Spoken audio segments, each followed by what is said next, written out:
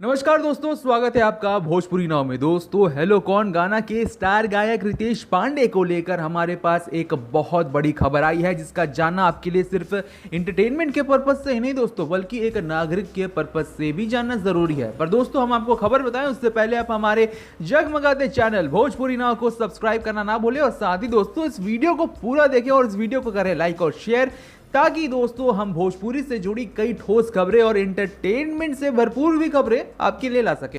अब दोस्तों बात करें रितेश पांडे की, तो दोस्तों जैसा कि हम सब जानते हैं कि हेलो कौन गाना के हिट होने के बाद रितेश पांडे एक तरह से छा गए और उनकी पॉपुलैरिटी को देखते हुए दोस्तों हो सकता है कि वो आगे चलकर बीजेपी से जुड़ जाएं।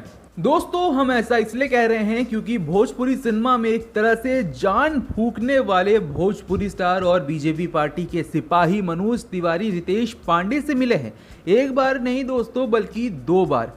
दोस्तों आपको बता दें कि एक बार रितेश पांडे मनोज तिवारी के घर पहुंचे तो दूसरी बार मनोज तिवारी रितेश पांडे के घर पहुंचे, जिसकी जानकारी दोस्तों खुद रितेश पांडे ने अपने इंस्टाग्राम प्रोफाइल से कुछ तस्वीरें शेयर करते हुए दी हैं। तो दोस्तों मनोज तिवारी का रितेश से मिलना ये दर्शाता है कि रितेश बीजेपी की नज़रों में आ चुके हैं और ये बिल्कुल मुमकिन है दोस्तों कि जैसे खेसारी, पवन और दिनेश लाल यादव यानी कि हमारे निरहुआ ने बीजेपी का दामन थाम रखा है, वैसे ही हो सकता है दोस्तों। और बहुत ज़्यादा चांसेस हैं कि रितेश पांडे भी आगे चलकर बीजेपी को ज्वाइन कर लें। दोस्तों यहाँ पर एक और बात ये भी हो सकती है, क्योंकि दोस्तों सुशांत सिंह राजपूत जो कि बिहार से ही थे और उन्होंने आत्महत्या कर ली क्योंकि बॉलीवुड से उन्हें बहुत गंदे तरीके से बॉयकॉट किया जा रहा था।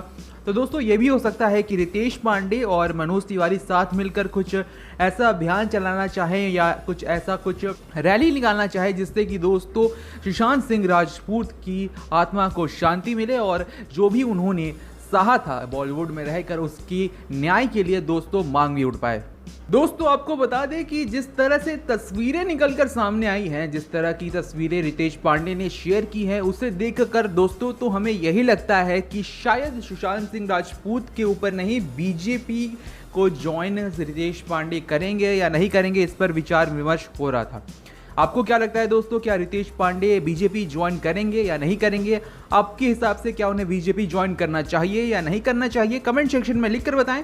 हमारे चैनल भोजपुरी नाव को सब्सक्राइब करना ना भूलें और इस वीडियो को ज़्यादा से ज़्यादा शेयर करें और अपना बहुमूल्य लाइक भी दें। नमस्कार।